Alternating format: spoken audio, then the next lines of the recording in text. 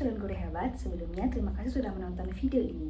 Perkenalkan, nama saya Sang Ayu Putu Krisna Dewi. Saya merupakan mahasiswa PPG dari Universitas Mahasiswa Denpasar dengan program studi pendidikan bahasa Inggris. Adapun pada kesempatan kali ini, saya ingin membawakan sebuah kampanye praktik baik dengan judul Langkah Kecil Kemajuan Besar Saat Siswa dan Guru Saling Mendukung. Baik, pada kesempatan kali ini saya ingin membagikan pengalaman saya saat mengikuti praktik baik di sebuah sekolah, yakni saat saya sedang melaksanakan PPL pada saat itu, yang dimana pada saat itu saya mendapatkan kelas dengan suasana belajar yang cukup pasif, yang dimana siswa-siswinya cenderung tidak terlalu aktif, jarang bertanya, namun hal baiknya adalah mereka tetap mau mengerjakan tugas dengan baik dan tetap tenang.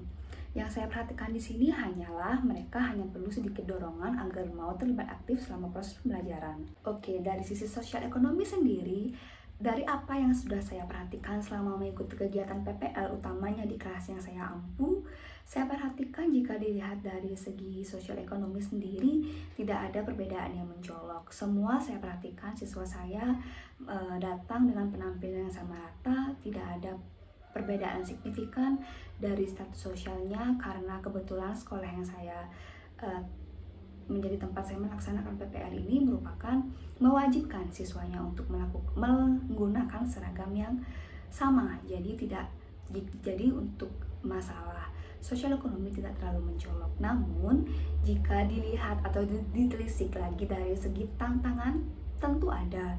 Seperti yang saya sudah katakan sebelumnya, bahwa kelas yang saya ampu ini cenderung kurang aktif, bisa dikatakan pasif, dan saya perhatikan juga mereka ini lebih ke kurangnya dorongan dan kemauan untuk mau terlibat aktif.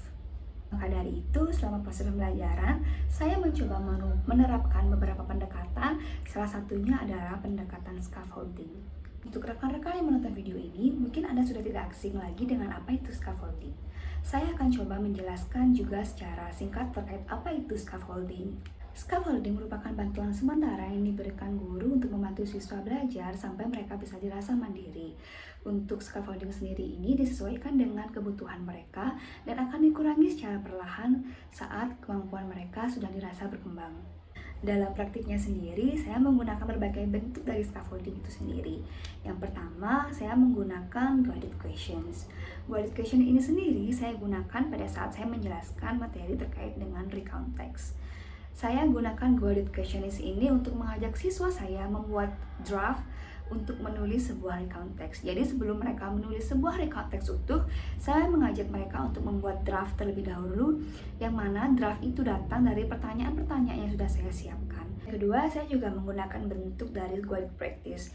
Guided practice ini sendiri saya gunakan pada saat saya menjabarkan materi terkait dengan passive voice. Seperti yang rekan-rekan ketahui bersama, passive voice ini mengandung materi yang cukup padat karena terdiri dari beberapa tenses yang ada, yang mana setiap tenses ini tersendiri terdiri dari formulanya sendiri. Maka dari itu, pada saat menjabarkan materi ini, saya lebih cenderung untuk memfokuskan siswa pada bagian praktisnya, agar siswa lebih bisa mengingat masing-masing formula dari setiap tenses. Pada saat itu, saya berikan siswa contoh kalimat aktifnya dan siswa akan mencoba untuk mengubahnya kembali menjadi kalimat pasif. Ketiga, saya juga menerapkan bentuk dari modeling. Bentuk modeling ini sendiri saya terapkan pada saat saya menjelaskan materi terkait dengan advertisement atau label, yang dimana saya juga berikan contoh secara langsung bagaimana bentuk label atau advertisement itu sendiri. Lalu saya coba untuk jabarkan kepada siswa dan mencoba untuk meminta siswa untuk menemukan generic structure atau language features yang ada pada labels atau advertisement yang saya tunjukkan kepada mereka. Selama prosesnya, saya juga memanfaatkan platform-platform digital yang ada, contohnya Kahoot, untuk membangkitkan semangat mereka selama proses pembelajaran. Jadi selain untuk mengetahui sejauh mana pemahaman mereka selama pembelajaran, saya juga menggunakan platform yang ada ini untuk membantu membangun ambience yang lebih seru lagi dalam proses pembelajaran. Jika ditanyakan terkait hasil, mungkin hasilnya memang tidak terlalu terlihat drastis, tapi saya pribadi merasakan adanya kemajuan-kemajuan yang saya rasakan pada siswa saya pada saat itu.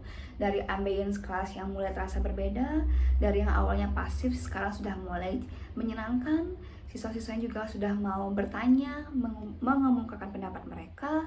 Mereka juga mau terlibat aktif selama proses pembelajaran, yang mana tentunya semua perubahan-perubahan yang ada, perubahan-perubahan kecil ini merupakan langkah-langkah awal yang menurut saya untuk menuju sebuah kemajuan yang besar. Pengalaman ini mengajarkan saya bahwa menjadi seorang guru bukan tentang seberapa banyak materi yang disampaikan, tapi lebih ke seberapa besar kita mampu menemani proses belajar siswa agar sesuai dengan kebutuhan mereka.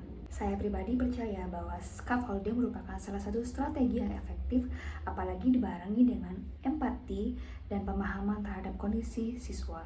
Harapannya, praktik-praktik kecil seperti ini dapat terus dikembangkan dan dibagikan agar makin banyak guru yang melihat bahwa pembelajaran yang adaptif dan penuh dukungan dapat membawa perubahan sekecil apapun bagi siswa kita.